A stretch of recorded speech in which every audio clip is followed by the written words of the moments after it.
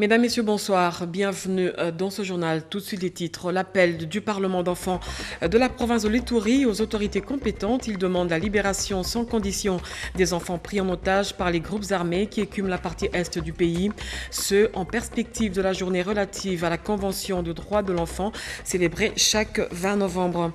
Et puis l'aéroport de Ndjili est envahi par des constructions anarchiques, une situation qui inquiète la RVA qui plaide pour la sécurisation de l'espace aérien pour éviter le pire. Mesdames, Messieurs, bonsoir, bienvenue dans ce journal.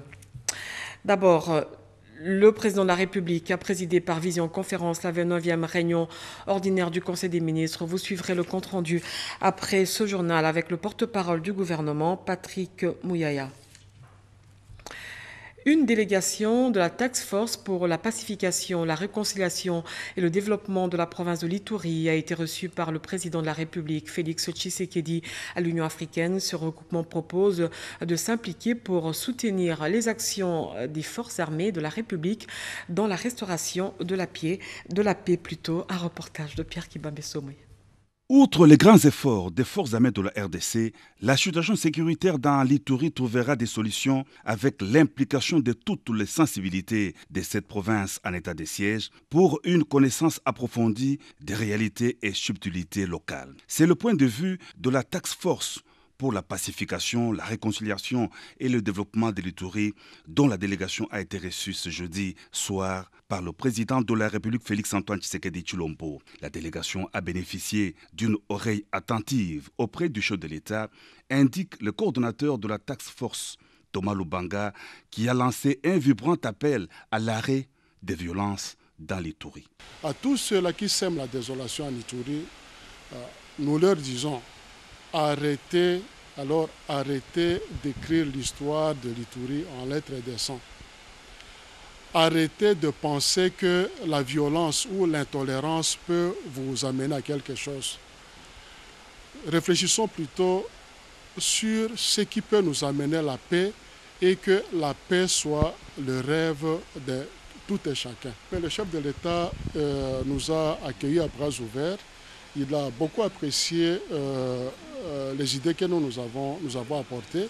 Et je pense que d'ici là, nous allons initier un faisceau d'activités qui pourra certainement nous conduire à une solution, en tout cas nous l'espérons, pour les problèmes de l'Ituri, à côté bien entendu de tous les efforts que notre armée est en train de fournir. La Task Force pour la pacification, la réconciliation et le développement de l'Ituri est composée de fils et filles, des territoires et de toutes les sensibilités ethniques de cette province. Promouvoir la masculinité positive en Afrique pour lutter contre les abus dont les femmes sont victimes. Le sujet a fait l'objet des échanges entre le panel de l'Union africaine et les autorités tant coutumières que religieuses dans les consultations préparatoires du sommet des chefs d'État africain qui se tiendra ici à Kinshasa la semaine prochaine. Un reportage de nos confrères de la presse présidentielle. Les violences faites aux femmes prennent diverses formes. Elles sont soit verbales, physiques, psychologiques et autres. Ceci fait preuve de l'autorité et le pouvoir de l'homme sur la femme. Parmi les remèdes pour pallier à cette atrocité dont les femmes sont victimes, il est proposé la promotion de la masculinité positive. Pour ce faire, un sommet des chefs d'État du continent d'Afrique est prévu le 25 novembre prochain en République démocratique du Congo, sous la houlette du président de la République et président en exercice de l'Union africaine, son Excellence M. Félix-Antoine Tshisekedi Tshilombo. Ce sommet sur la masculinité positive va tabler sur 4 thématiques dont les violences sexuelles en période de conflit, mariage et grossesse précoce, mutilation génitale féminine et autres pratiques culturelles néfastes, accès limité à la terre et aux autres ressources, ainsi que la participation de femmes aux prises de décision. En marge des préparatifs de ces grands sommets africains sur la masculinité positive, le panel de l'Union africaine a tenu en collaboration avec l'ONU Femmes, ce jeudi 18 novembre 2021 au Cercle Elaïs, la consultation préparatoire de ces sommets. Plusieurs autorités traditionnelles et religieuses de pays d'Afrique ont pris part à cette conférence préparatoire tenue en visioconférence. Du côté congolais, on a noté la participation très active des autorités coutumières venues dans différentes provinces pour participer en présentiel à cette conférence. Après 1 heure de travaux en commission, plusieurs résolutions ont été prises, notamment l'organisation des barzas, l'implication de la femme, la prise en compte des autorités traditionnelles dans les grandes instances et la bonne politique de l'accès à la terre. On note également la présence de Madame la conseillère du chef de l'État en charge de la jeunesse et de la lutte contre les violences faites à la femme, Chantal Yelo Moulop. La masculinité positive va dans le sens aujourd'hui de l'interpellation de l'autorité traditionnelle. C'est-à-dire que la femme qui fait partie de la communauté se plaint, par exemple, de ce qu'elle appelle un accès limité à la terre. Elle se plaint de ne pas avoir une très grande considération comme elle avait toujours eu. Nos recommandations, c'est adressé à ce sommet, mais je crois que le gros de tout cela, c'est leur promettre que l'autorité traditionnelle est debout pour accompagner sa société, sa communauté, est debout à créer, favoriser ce leadership féminin, vraiment ramener la population dans son éducation. Et effectivement, le gros pour nous, c'est que les sommets des chefs d'État puissent se pencher sur la révalorisation. Rappelons que le président de la République, Félix Antoine Tshisekedi Tshilombo, avait reçu le 8 octobre dernier la délégation de femmes de l'Union africaine avec qui il a échangé sur l'organisation en République démocratique du Congo du sommet sur la masculinité positive. La consultation préparatoire du sommet masculinité positive a été sanctionnée par la prise d'une photo de famille. La présidente du Parlement d'enfants dans la province de l'Ituri appelle à la libération de tous les enfants pris en otage par les groupes armés qui créent désolation dans la partie est du pays. L'appel a été lancé au cours de la journée de réflexion sur le droit de l'enfant en Ituri en perspective de la journée relative à la Convention de droits de l'enfant célébrée chaque 20 novembre. Regardez. Les enfants du territoire de Djougou et d'Irumu doivent aller à l'école et les mettre hors du danger de groupes armés. Telle est la détermination des autorités militaires en cette période de l'état de siège, demande la présidente du Parlement d'enfants de l'Ituri. C'était en marge de la journée de réflexion relative à la Convention des droits de l'enfant, célébrée le 20 novembre de chaque année. Face à cette situation, Luku Chatumba plaide pour une amélioration de la situation des enfants. Nous défendons le droit des enfants. Et nous sommes sans ignorer qu'un enfant, pour bien grandir, a besoin de l'éducation de base, l'éducation que lui donnent ses parents. Donc avec l'insécurité, cela prive l'enfant de sa famille, cela prive l'enfant de l'éducation et cela lui prive même de l'épanouissement personnel, tant sur le plan psychologique que physique. Ayant lancé les activités relatives à la dite célébration, le vice-gouverneur de l'Ituri, le commissaire divisionnaire Alonga Boni Benjamin, appelle les parents à bien encadrer leurs enfants. Donc nous pensons que c'est un appel que nous lançons aux parents que nous sommes et aux dirigeants que nous sommes aussi, de reprendre le bel élan et remettre les enfants dans leurs droits. Ils doivent recouvrir leurs droits. Ce n'est pas une faveur.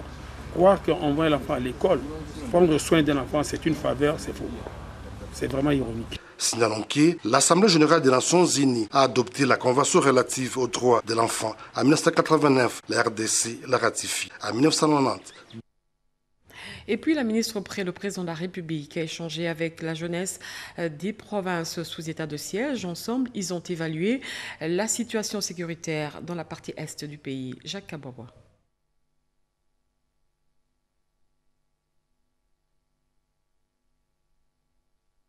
Il faut absolument barrer la route aux ennemis de la République et faire échec à toute forme de manipulation de la jeunesse. La jeunesse congolaise dans son ensemble doit ouvrir l'œil et les bons face aux préjugés de l'extérieur en matière de sécurité. La ministre près le président de la République, professeur Nana Manoni Nakumba, s'est engagé à une campagne de proximité pour éveiller les consciences et interpeller la jeunesse de tous bords à se souder les coudes en vue de soutenir la vision du chef de l'État, Félix Antoine Tshisekedi Tshilombo, d'un Congo fort, debout et prospère. C'est dans ce cadre qu'elle a échangé pour la deuxième fois avec la délégation de la jeunesse iturienne en séjour de travail à Kinshasa. En toile de fond, la situation sécuritaire avec l'état de siège dans cette partie de la République démocratique du Congo. Quand un membre du Congo est un problème, c'est tout le Congo qui a un problème.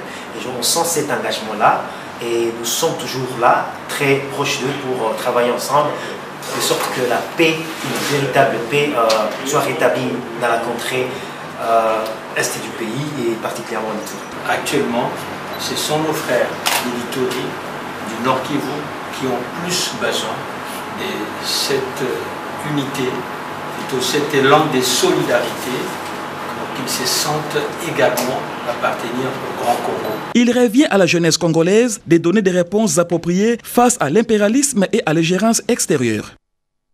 Il y a urgence de mettre des moyens conséquents à la disposition des autorités pénitentiaires de la prison de Guémena qui se trouve dans un état de délabrement très avancé. Le cri d'alarme est du deuxième vice-président du Sénat, Sangouma Temongonde, qui a visité la prison de Guémena dans la province de l'Équateur. Robert Ndetchi-Sensé. La réhabilitation de la prison de Guémena figure parmi les priorités des fils et filles de la province du Sud-Bangui. À mission de contrôle parlementaire à Guémena, le deuxième vice-président du Sénat, honorable Sangouma Temongonde Mossai, leader naturel incontestable du Grand Équateur, est allé s'enquérir des conditions de détention des prisonniers. Le constat est amer. Les conditions carcérales dans cette prison laissent à désirer des conditions précaires qui inquiètent le directeur de la prison. Manque de nourriture, manque d'eau potable, manque de soins appropriés. Un tableau sombre qui appelle à une mobilisation de tous pour sauver les prisonniers. La délégation du Sénat, émanation des provinces, conduite par le deuxième vice-président du Sénat, Sangouma Temongonde Mossai, très attentive aux doléances des prisonniers, a promis de faire rapport au bureau du Sénat et au gouvernement pour des solutions urgentes à prendre. Non loin de là, en sa qualité de professeur et recteur de l'Université du Sud-Bangui, le deuxième vice-président du Sénat a présidé la cérémonie des collations des grades académiques à l'UPI Guémena. Plus de 500 étudiants issus des différentes filières se sont vus conférer leur titre académique de graduat ou de licence. Une cérémonie de collation des grades qui a connu la présence de plusieurs personnalités. Clôture de l'année académique 2020-2021 sous une bonne note, comme l'affirme le secrétaire général académique de l'UPI Guémena. Cela ne fait aucun doute que l'université protestante de Lubangui, à travers ses étudiants, continuera à porter haut le drapeau de la République démocratique du Congo, ce grâce à son enseignement de qualité. Pour les professeurs et recteurs de l'université protestante de Lubangui, Sangouma Temongonde Mossai, le développement du pays dépend de la formation de ses élites. Il a appelé les parents à faire inscrire leurs enfants à l'université protestante de Lubangui. Avant de quitter Guémena, le deuxième vice-président du Sénat a visité quelques réalisations dans le cadre de l'entrepreneuriat et l'accompagnement de jeunes filles au métier. Il a visité l'usine de fabrication de pain, la coupe et couture et quelques réalisations dans le cadre de l'agriculture. Et en séjour dans la capitale, dans le cadre de la 3e commission conjointe RDC-Namibie, la vice-premier ministre namibienne en charge de la coopération internationale a été reçue par le Premier ministre Jean-Michel Samaloukonde. À l'issue de cette audience, Netumba Nandi a affirmé que les questions liées à la coopération dans différents secteurs ont été abordées. Patito Ndwango pour le reportage. Netumbo Nandi, vice-premier ministre de la Namibie en charge de la coopération internationale, a évalué avec le Premier ministre Jean-Michel Samaloukonde Kyenge, qu'il a reçu ce vendredi 15 novembre à la primature, l'état de la coopération entre la République démocratique du Congo et la Namibie. Les questions liées à l'économie, à la santé et autres secteurs qui touchent à la vie de la population ont également été abordés par les deux personnalités. L'objectif de la commission conjointe, c'est d'assister nos présidents, nos premiers ministres pour rendre service au peuple des deux pays. Maintenant que nous sommes en train de réviser ce que nous avons vu dans plusieurs secteurs, dans les secteurs de politique, diplomatie, pour économie, dans les secteurs de social. When we are attending these meetings, you get a call or meeting with your principal. Ainsi, so that you get comme d'habitude, quand vous participez à ce genre de réunions, vous devez rendre une visite de courtoisie, acquis de droit. Et ce qui est ressorti de cette réunion, c'est que le Premier ministre a mis l'accent en tant que ministre responsable. Nous devons nous assurer que tous les secteurs de l'économie ont pleinement participé. Et s'assurer que tout accord qui est pris entre la RDC et la Namibie est mis en application. Et on regarde du côté du commerce et de l'investissement. Également le secteur de la pêche. Également le secteur de la santé. Et beaucoup d'autres domaines qui ont besoin d'être vus pour les services du peuple. Et ce que nous avons reçu comme instruction, c'est que nous travaillons ensemble et que les décisions seront prises et mises en application. Et la Namibie et la RDC doivent continuer à renforcer leur coopération entre les deux pays. Et nous allons nous assurer que ce soit fait ainsi. La vice-première ministre de la Namibie en charge de la coopération internationale est à Kinshasa dans le cadre de la 3e commission conjointe de coopération entre la RDC et la Namibie. Affaire Chebeya, un nouveau suspect a comparu lors de l'audience devant la haute cour militaire du double assassinat de Fidel Bazana et Floribert Chebeya. Il s'agit de Jean-Cy Moulanga, arrêté dans la province du Haut-Katanga, qui a démontré son innocence dans ce meurtre. La haute cour s'est dite suffisamment éclairée et elle a décidé de clôturer l'instruction, bien que les avocats de la partie civile exigent du général Djadjidja la présentation des pièces des titres de propriété de ces différentes concessions. Amitendi Marie Kalang. L'instruction dans l'affaire Floribert Chebeya à la haute cour militaire s'est clôturée le mercredi 17 novembre 2021. Cette haute juridiction militaire qui juge au degré d'appel les prévenus Christian Kenga et Jacques Migabo pour le double assassinat de Floribert Chebeya et son chauffeur Fidel Bazana s'est estimé régulièrement convaincu par rapport au fait de la cause. Le renseignant du jour, Jean Singo, qui avait cherché Floribert Chebeya dans le bureau de l'inspection générale le jour de l'exécution et qui avait été évacué le 3 juin 2010 avec les autres à Lubumbashi, a dans sa déposition relaté qu'il n'a joué aucun rôle dans l'affaire de l'assassinat. Vers moi 16h-17h, Namoni, commissaire Mugabo Jacques, Kayeye, Namoni Doudou Sadam. Mukeboye, commandant bataillon pe aye Christian. Namukeboye, Namoni Lisusu, colonel Mukalai. Aye, ya le kile kimba la moko na bureau. Les avocats de la partie civile estiment que ce renseignant a joué un rôle dans cette affaire. Malgré la clôture de l'instruction, le général Djadjidja n'a toujours pas déposé à la cour les pièces attestant le droit de propriété de ces différentes concessions à Mitendi, qui s'avère être le cimetière de Fidel Bazana à Ranchéry, maître David Chimanga. Pour nous, nous estimons que les choses se sont passées telles que nous l'avions voulu. Les éléments dont nous avions besoin dans cette cause, nous les avons reçus, surtout par rapport aux différentes dépositions de Mugabo, de Doudou, de tous ceux qui ont concouru à la mort de Chebeya et de Bazana. Nous sommes suffisamment satisfaits. L'audience a été suspendue et renvoyée dans 2 semaines pour les conclusions des parties civiles, le réquisitoire du ministère public et la plaidoirie. Un atelier sur les conditions de travail des médecins a été organisé au centre Béthanie pendant plus de 2 jours. Les participants ont réfléchi sur comment appuyer aussi à travers leur métier la vision du chef de l'État, celle de mettre l'homme au centre de tout intérêt. Lisette Mujinga et Siro Bolé. Pour appuyer la vision du chef de l'État Félix-Antoine Tshisekedi Tshilombo qui met l'homme au centre de son action, le syndicat libre de médecins appelle de tout ce vœu le gouvernement national à mettre en œuvre des actes pris en faveur des disciples d'Hippocrate par le président de la République. Le SILMED va procéder par un lobbying auprès des autorités concernées. Ceci ressort de la réunion tenue ce jeudi 18 novembre 2021 au centre Béthanie. Cette réunion a pour objectif l'amélioration des conditions de vie de médecins, notamment le statut spécifique de médecins qui souffrent encore la mise en pratique, d'où nous avons émis des correspondances quant à ce pour rappeler et pour amener le ministre de mettre en pratique cette ordonnance. Il y a notamment aussi les médecins qui travaillent pendant leur carrière pendant longtemps, dont les grades ne suivent pas. Il y a aussi la mécanisation et la diminution sous statut de médecin qui est aussi en souffrance. Alors nous venons par cette réunion stratégique pour rappeler au gouvernement afin que le dossier des médecins et leur carrière soit quand même respectable, ainsi que l'alignement de médecins qui est encore en souffrance. D'où nous allons faire des lobbying auprès du gouvernement afin que le médecin trouve son honorabilité dans nos communautés médicales.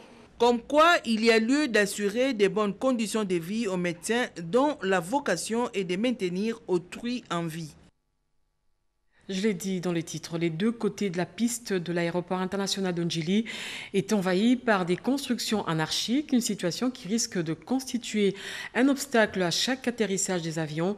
Alphonse Chungu, directeur général de la Régie des voies aériennes, a fait une descente sur place pour constater les faits. Il plaide pour l'intervention des autorités pour sécuriser l'espace aérien afin d'éviter une catastrophe. Annie Balaka. Au bout de la piste de l'aéroport international d'Ondjili, à seulement 5 minutes de marche, on remarque la construction des maisons en dur. Ici, la population qui habite est en danger permanent et les avions qui atterrissent sont également exposés. De l'autre côté de la piste, un équipement appelé VOR est en train d'être implanté. Selon le directeur technique de la RVA, Beni Kasongo, les alentours du VOR devraient être dégagés le plus tôt possible avant l'arrivée des experts de l'Organisation de l'aviation civile internationale au mois d'août prochain. Le directeur général de la RVA, Alphonse Chungu Maungu, pense qu'il est temps pour la République démocratique du Congo de sécuriser son espace aérien pour se conformer aux normes de l'Organisation internationale d'aviation civile. On est en train donc de travailler dans la vision donc du chef de l'État qui consiste à la modernisation de nos infrastructures aéroportuaires. Un bel exemple, c'est cet équipement. Ça, c'est un équipement moderne. Dans un périmètre, dans un rayon, disons, de 700 mètres, il ne doit pas y avoir aucun obstacle. Et ce qui est étonnant, c'est de voir des constructions à l'intérieur donc de notre emprise. Le directeur général adjoint de l'autorité de l'aviation civile de la RDC, Hippolyte Mwakamfo-Nzolo, a rappelé la mission des experts de l'OAC qui viendront en République démocratique du Congo pour auditer et vérifier si les normes et recommandations de la navigation aérienne sont respectées par les pays signataires de la Convention de Chicago dont fait partie la RDC. Le ministère des Affaires foncières a procédé à l'adoption de la nouvelle politique foncière, des nouvelles lois financières. Regardez. Démocratique du Congo vient de se doter de la politique foncière nationale après celle de l'époque coloniale. Lors de l'atelier national de la dite réforme à Kinshasa, les gouvernements, les représentants des églises, les chefs coutumiers, la société civile, les peuples autochtones pygmées, les femmes, les partenaires techniques et financiers, tous ont réaffirmé la volonté de gérer la ressource terre durablement. Les participants ont soutenu les idées suivantes. Clarifier le régime juridique des biens fonciers et immobiliers de l'État, encadrer le rôle du chef traditionnel et mieux préciser son rôle et l'étendue de ses responsabilités en matière de gestion des terres, rattacher le concept de la propriété coutumière aussi au peuple autochtone pygmée. La politique foncière devra émettre quelques orientations par rapport aux situations de succession qui restreignent l'accès de la femme à la terre, relecture comparative de toutes les politiques sectorielles pour s'assurer de leur cohérence d'ensemble. Cette réforme va sécuriser les terres des communautés, les secteurs agricoles, endiguer les processus d'accaparement des terres, enfin éviter tous ces conflits fonciers en RDC. Nous sommes heureux de constater que vous avez validé le document de politique foncière nationale et offert à la RDC son principal instrument de gouvernance foncière. Sur ce, je déclare clos les travaux des assises de l'atelier national de validation du draft document de politique foncière nationale. Je vous remercie. Le forum sur la diaspora congolaise s'est clôturé ce vendredi à l'hôtel Rotana, placé sous le thème Diaspora congolaise, actrice de développement et de lutte contre la pauvreté. Ce forum a permis aux participants d'adopter des lois souples sur la nationalité au regard du rôle que joue la diaspora pour le développement du pays. Parmi les recommandations, il y a justement cette loi. Suivez. Placé sous le thème Diaspora congolaise, actrice du développement de la RDC dans la lutte contre la pauvreté, ces assises de 2 jours, soit du 17 au 18 novembre 2021, ont permis aux participants, les Congolais de la diaspora, à réfléchir autour des autorités du pays sur les facilités à leur accorder pour contribuer efficacement à l'essor économique du pays. Les principaux outils nécessaires à mettre en place pour la mobilisation et la capitalisation des fonds d'investissement pour la diaspora sont les suivants. Le fonds d'investissement, le fonds de garantie, la création d'une banque, la mobilisation de l'épargne aux produits financiers. Ces travaux ouverts par le chef de l'État, Félix Antoine Tshisekedi Tshilombo, ont constitué un véritable cadre d'échange afin de faire sauter les verrous de leur inaction au pays et leur permettre ainsi de contribuer à l'essor et au rayonnement culturel de la République démocratique du Congo. La Commission apprécie les efforts déjà fournis pour l'obtention des visas aux frontières de la République démocratique du Congo, mais constate qu'il existe encore des contraintes juridiques, réglementaires et administratives qui bloquent le retour des différentes couches de la diaspora pour investir et apporter les transferts de connaissances au pays. Le forum de la diaspora congolaise a eu le mérite de déboucher sur des recommandations, pourvu qu'elles soient appliquées, tel est le souhait de tous les participants venus de partout à travers le monde. Le ministre d'État des petites et moyennes entreprises a lancé le projet de réforme et de dissémination des textes de droit en faveur de la femme de Kinshasa, de la ville de Boma, de Lubumbashi et de Matadi. Reportage. Et le développement de l'économie nationale n'est plus à démontrer. Le lancement de ce projet de réforme et dissémination de textes de loi en faveur de femmes dans 4 villes pilotes, à savoir Kinshasa, Lubumbashi, Matadi et Goma, facilitera l'amélioration du cadre de développement de micro, petites et moyennes entreprises en tirant le maximum profit de nouveaux textes et lois favorables à l'entrepreneuriat féminin. Le ministre de l'entrepreneuriat PME, Maître Eustache Mouhanzi Moubembe, soutient cette belle initiative de l'ONU Femmes en collaboration avec le PADEM PME qui encourage et sécurise la femme entrepreneur. L'appui à l'entrepreneuriat féminin est une priorité et une nécessité pour le PADEM PME à travers sa sous-composante réservée uniquement aux femmes. Il a en outre prévu dans une autre sous-composante relative à l'amélioration de l'environnement des affaires une dimension sur la réforme et la dissémination de textes de loi en faveur de femmes participant aux activités économiques. C'est dans ce cadre effectivement que le projet a fait appel à ONU Femmes. C'est ici l'occasion pour moi de rappeler la disponibilité totale de mon ministère à encadrer et à parrainer toutes les activités planifiées en vue de se construire un cadre de collaboration assaini, capable de garantir le meilleur rendement possible à cet ambitieux projet.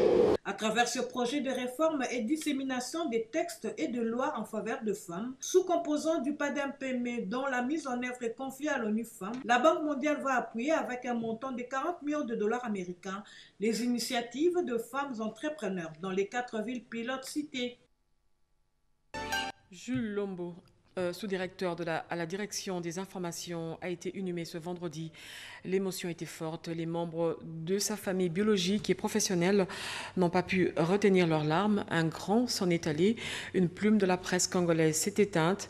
Jules Lombo a été conduit en sa dernière demeure au cimetière de Kasangulu, dans la province du Congo central. Jacques Kaboba pour le reportage.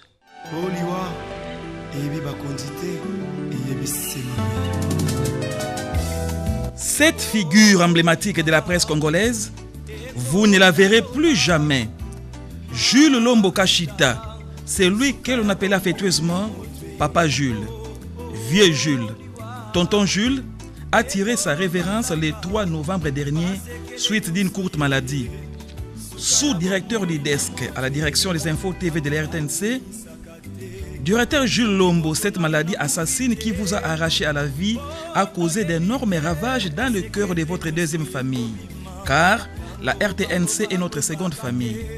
Licencié à journalisme et délisté aujourd'hui IFASIC, le sous-directeur Lombo a travaillé à la grande satisfaction de ses chefs hiérarchiques. Un départ brutal qui chagrine la RTNC, la direction des infos TV, mais aussi votre famille biologique. Autant de professionnalisme, la gaieté dans la convivialité ont caractérisé votre passage au milieu de nous. Certains d'entre ceux qui ont côtoyé les sous-directeurs Jules Lombo dans la vie professionnelle ou ailleurs ont tenu à lui rendre hommage par quelques témoignages émouvants où était exposée la dépouille mortelle de l'illustre disparu à l'esplanade du studio Maman Ngebi ici à l'RTNC.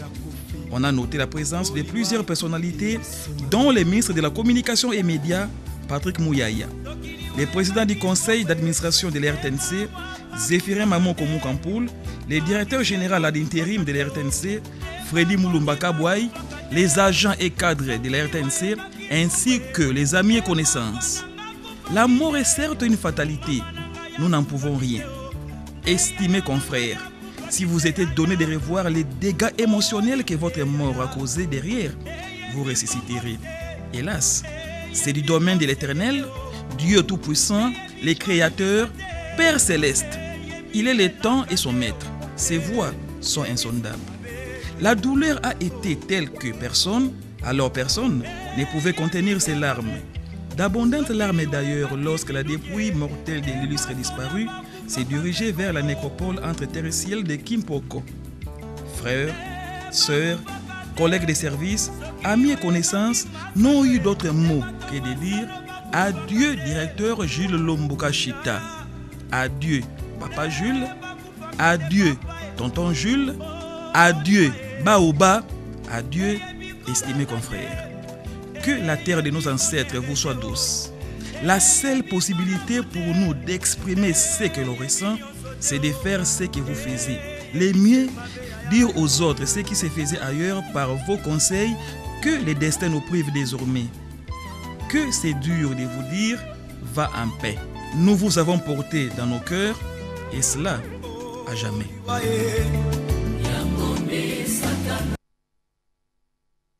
Voilà, adieu tonton Jules. Et puis, bouclons ce journal avec cette ordonnance numéro 21/089 du 19 novembre 2021 portant prorogation de l'état de siège sur une partie du territoire de la République démocratique du Congo. Le Conseil des ministres entendu ordonne, article 1, est prorogé pour une période de 15 jours prenant cours le 19 novembre 2021. L'ordonnance numéro 21/015 du 3 mai 2021, telle que complétée à ce jour, portant proclamation de l'état de siège sur une partie du territoire de la République démocratique du Congo. Article 2, sont abrogées toutes les dispositions antérieures contraintes à la présente ordonnance. Article 3, le Premier ministre, le Vice-Premier ministre, ministre de l'Intérieur, Sécurité, Décentralisation et Affaires coutumières, le ministre d'État, ministre de la Justice et garde des Sceaux, ainsi que le ministre de la Défense nationale et anciens combattants sont chargés chacun, en ce qui le concerne, de l'exécution de la présente ordonnance qui sort ses effets à la date de sa signature, fait à Kinshasa le 19 novembre 2021. Félix Antoine Tshisekedi Tshilombo, Jean-Michel Sama Lukonde Kyenge, Premier ministre, pour copie certifiée conforme à l'original. Le cabinet du président de la République, Guilain Nyembo Bouizaï, directeur de cabinet. Merci d'avoir suivi ce journal. Je vous retrouve demain à la même heure. Portez-vous bien.